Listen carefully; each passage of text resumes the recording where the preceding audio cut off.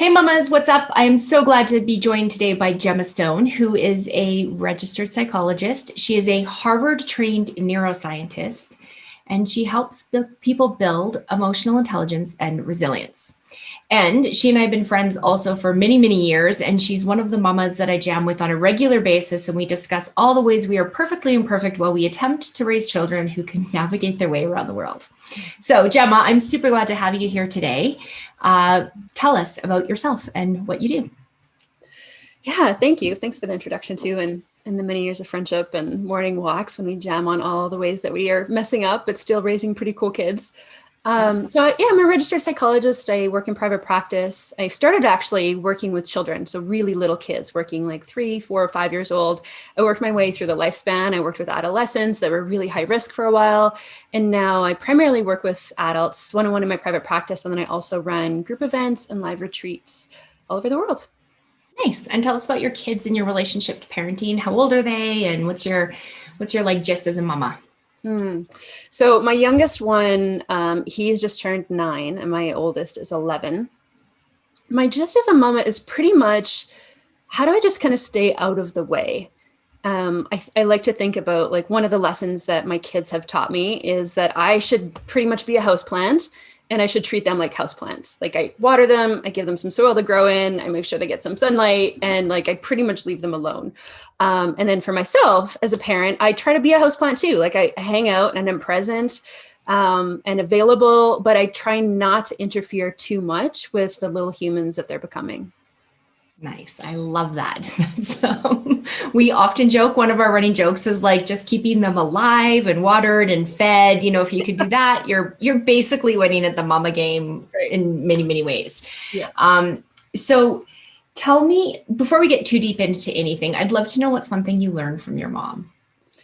Yeah, so my mom was a single parent and she worked in a different town. So the one thing that I learned from her, she was very busy providing for us, and we lived in the country. The one thing that she provided that I, at the time, was not sure if I loved, but now looking back, I think it was just so foundational in terms of who I became as a human, was benign neglect. So there's two different kinds of neglect. There's a neglect that's actually damaging, and that can cause kind of interruptions in the bond, that can cause trauma. But then there's the benign kind of neglect, which is like, go and play in the forest and I'll like come home before it gets dark. Or like, here, go figure out how to build a fence and like, let me know when you're done. So my mom really taught me that kind of idea around just like kind of letting our kids figure life out. And again, not getting in the way too much. Like that whole like houseplant parenting philosophy is something she definitely taught me. That's awesome. I would say my mom was pretty similar in a lot of ways, that we were like, I think there's a term for it now called free range. Like, we were pretty free range kids. We were allowed to kind of go where we wanted to go, be where we wanted to be. We lived in the country. So, you know, we were often like down by the river by ourselves or out in the forest, or not very often navigating the subways, which I know that, you know, kids that grew up in New York, that was their own jungle that they lived in, but we were pretty much allowed to kind of like, you know, have some free range. And it definitely gave me a lot of independence as an adult. And I hope my children have the same. So tell me, what's one thing you'd like our mamas to know about your topic and raising resilient children? Yeah, raising resilient children.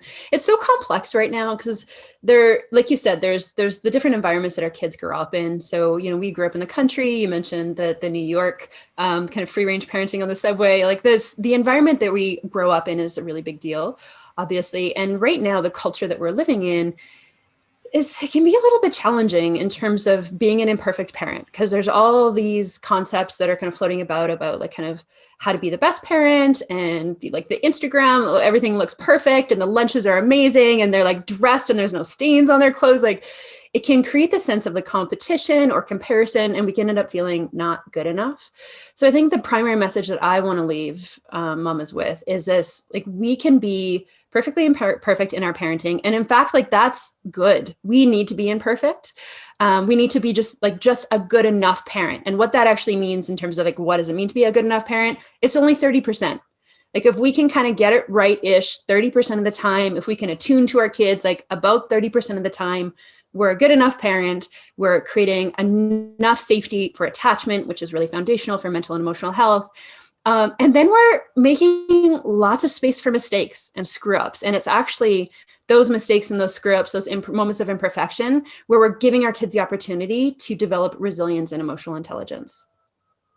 Okay, so I hear that, and I think it's something that I still, even though I wholeheartedly believe in, and I agree with you on, there's still this piece of resistance in me that I'm like, holy cow, that means I might do some damage to my kids. So what would you say to someone who feels like they maybe have some resistance that 30% good enough is good enough?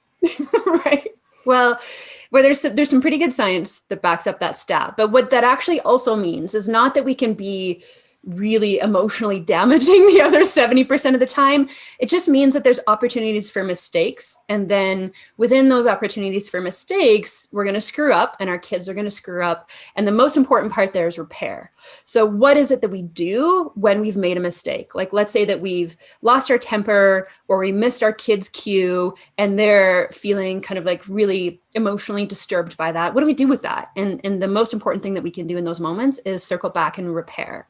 The second thing that's really important there in terms of the 30% is we just want to be an accurate mirror for our kids. So what that means is it's our job to reflect back accurately what our kids are experiencing.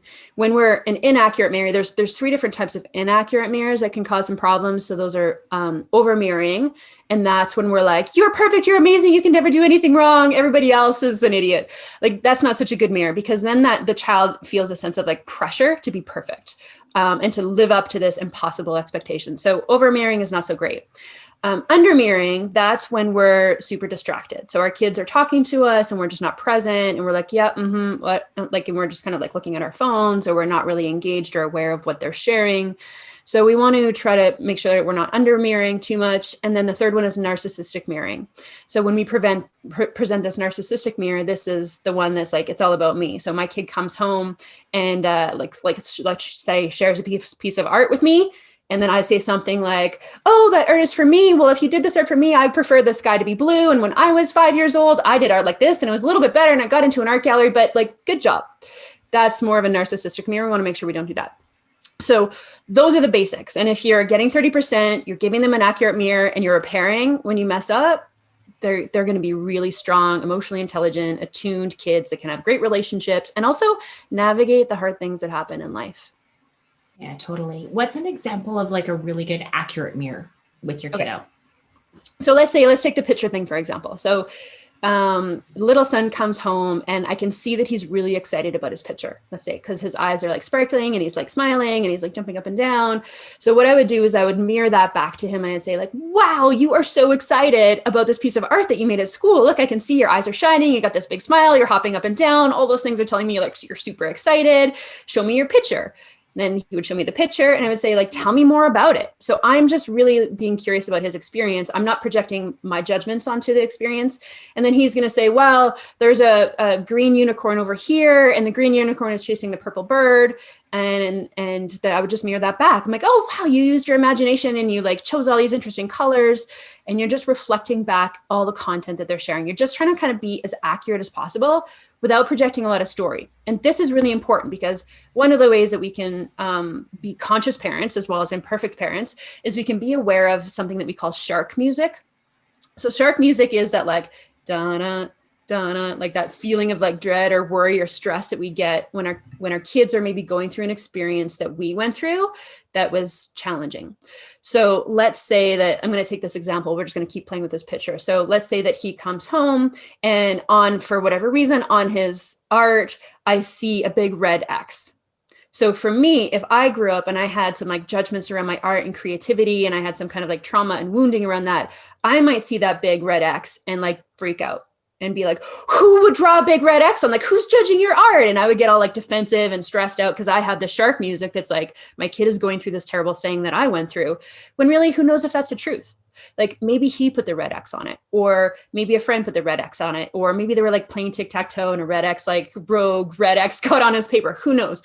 But that's the other piece too, is just being really aware of like, what are our own issues and how can we not project those onto our kids?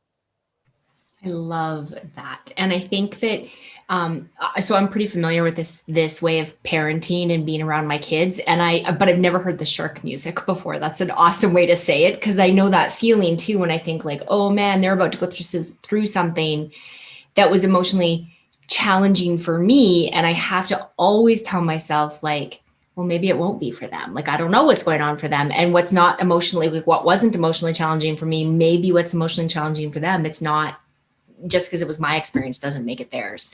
Right. You said something a minute ago as well about repairing and making sure that we repair well with them. Can you dive a little deeper into that? And what does that actually mean? Like, give an example. For sure.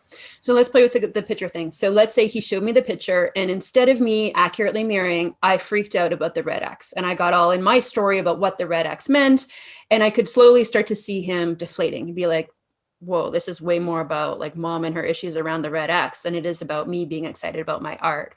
And so I would pick that up. I would just notice like, oh, he came in excited. Now he's deflated. Like I missed something there. So I can be imperfect in that moment. Like if I did that, I would have been an imperfect mirror. But the point is to catch it and to notice like, oh yeah, I just sort of made that about me. And to repair that, I would circle back and I'd be like, hey, you came in the door. You were so excited to see me. You couldn't wait to show me your art. And then I got distracted by this red X and I started talking about the red X. And when I did that, I noticed like that shine went out of your eyes. The smile started to fall a little bit and you started to look over at the door. And I'm wondering if I missed something that was important there for you. And then he would be able to say like, yes or no, or whatever. And then I would just apologize. I'd be like, you know what? I am so sorry that I missed that. I know you're super excited and I really want to see your art. Tell me more about it. And that's it. Repair is done. And then he's like, oh, good. Mom caught me. She attuned to me. She noticed my experience. She took responsibility for her experience. And now we can like repair and move on. And the most important thing about that is that the lesson that gets integrated from that place is I can mess up in life and I can be okay. So in that moment, I messed up in life and like we were okay. That's an important lesson to teach our kids.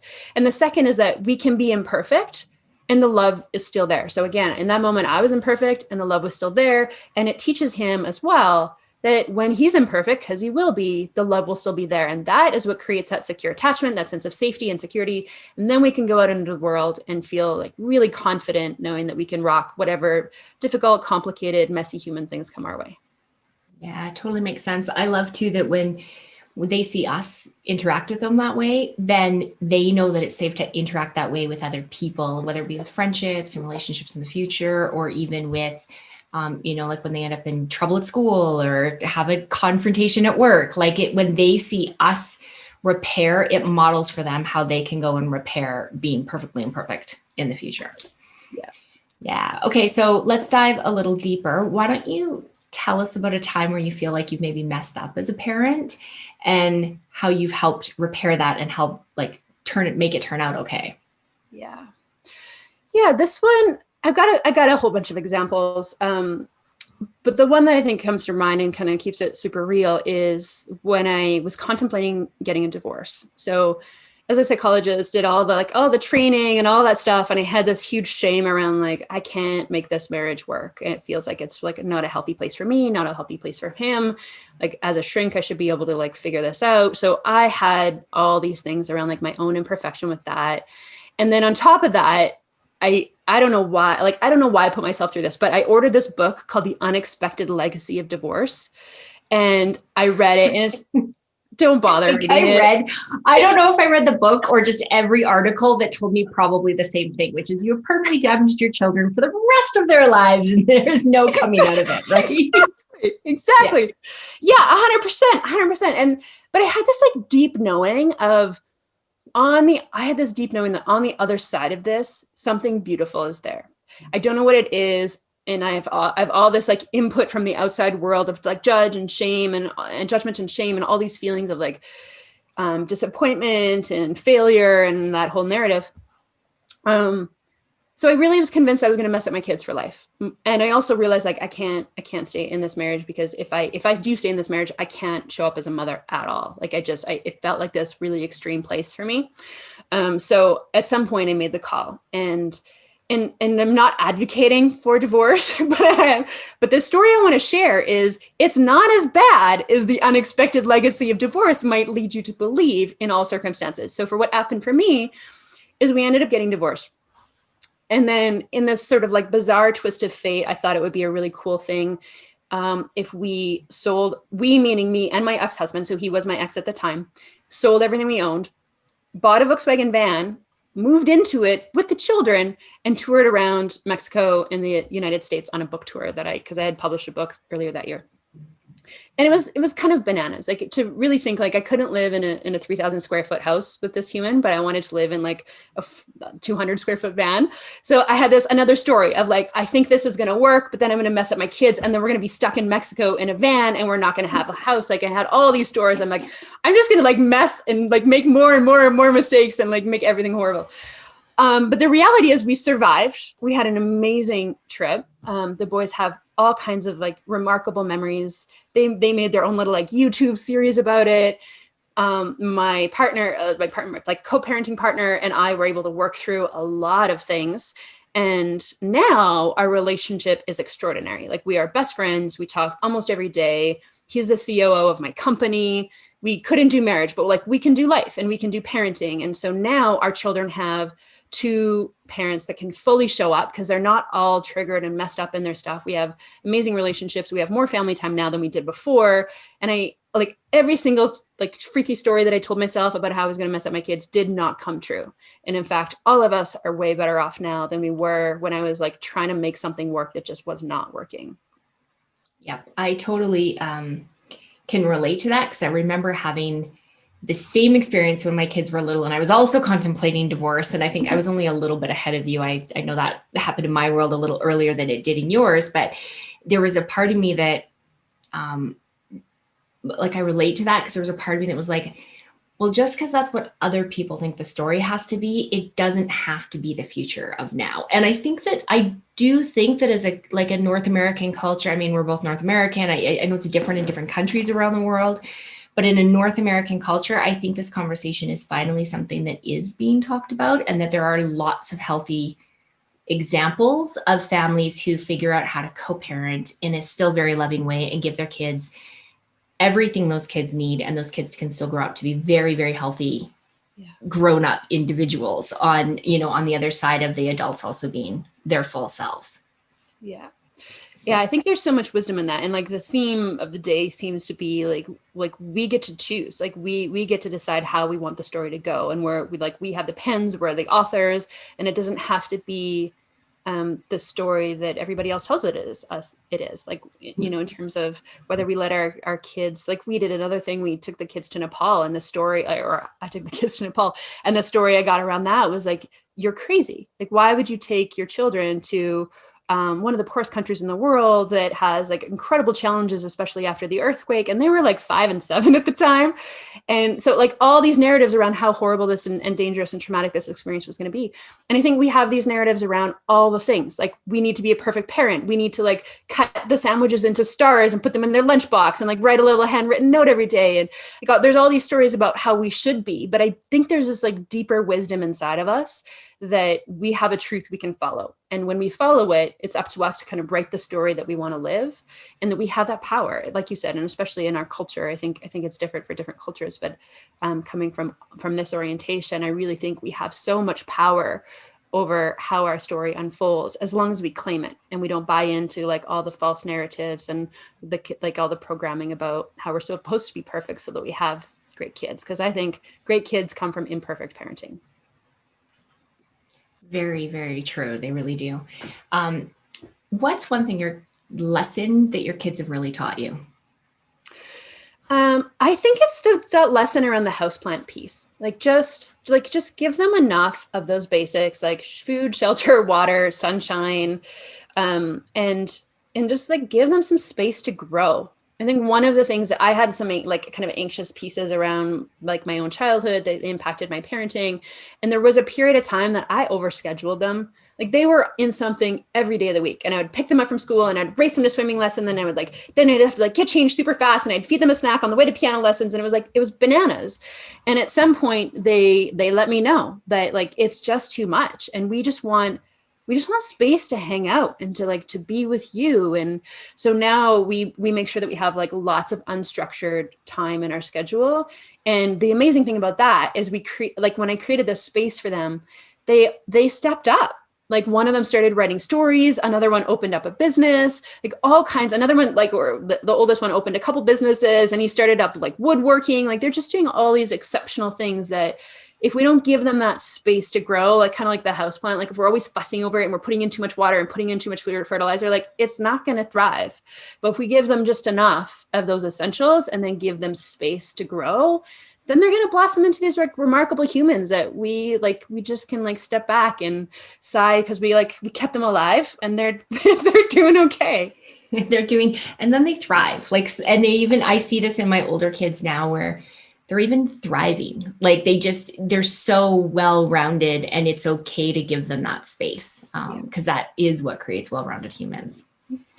Well, Gemma, thank you so much for joining us. You are going to come back live during the conference and run a workshop for us. So if any of you really resonated with anything Gemma said and you're interested in how you can really become the parent that feels like you're enough, because I can promise you already are the parent that's enough. But if you want some help, like reconciling how to feel like that's enough and have a plan and a strategy to implement some of this in your own parenting, then join us for Gemma's live workshop. We're going to be 2-way on Zoom. We'll have some breakout rooms. We'll actually be live all together, and all the details will be in your inbox. They'll be on the page below this. You'll be able to catch that information and interact with Gemma live. Thank you so much for joining us, Gemma.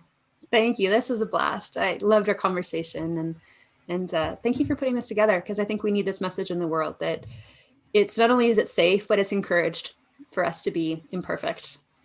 I love it. Thank you so much. Hello, my name is Rich Christensen, and through the years of entrepreneurship and growing crazy businesses, I lost a view of what was really important. Through a series of really tender experiences, my mentor taught me you can replace anything in this world, but you cannot replace your family. So I made a dramatic pivot and started embedding deeply in my family some of the same principles that applied to business. My wife and I began very deliberately parenting. We looked for models, how not to mess our children up. There were really no good models to teach values, to entrench family unity, and to make sure that the values passed on in legacy to my children, and more importantly, my grandchildren and great-grandchildren. So like every great entrepreneur, I secretly created my own models. I was very hesitant to talk about it, but a few of my closest friends saw the impact that this was having on my children. I decided to take the processes that I used and create an online course so others could also work with their families to create tighter bonds, build confidence and self-esteem, while constructing a gorgeous legacy that they could live on past our lifetime. With this 5-part digital training series, you'll find the single most important lessons of thought leadership that I've ever created. There's 5 critical parts to this series, each with its very unique function. The first is symbols, creating unifying symbols that we all can touch to. Second is the doctrine, the guiding principles that we can tag and understand what the rules are. The third is the traditions or the rituals, where we actually formalize and we unite and show that we're unified with the values. The fourth, my favorite, the defining life events. The final section of this is the structure. What do the really wealthy families do to preserve their wealth and to pass on in the form of family banking? To pass on how you appropriately set up the will and how you embed your family constitution so that these values permeate and pass on. I can tell you firsthand that taking these steps to create a beautiful life for my family is the most important work that I've ever done, and also the most rewarding. I would invite you to learn some of these principles, unify your family, bond them, and take some of the guesswork out of this. And I'm going to provide you the framework to make that happen with this 30 years of life experiences. So join me, get your membership to build family legacies today.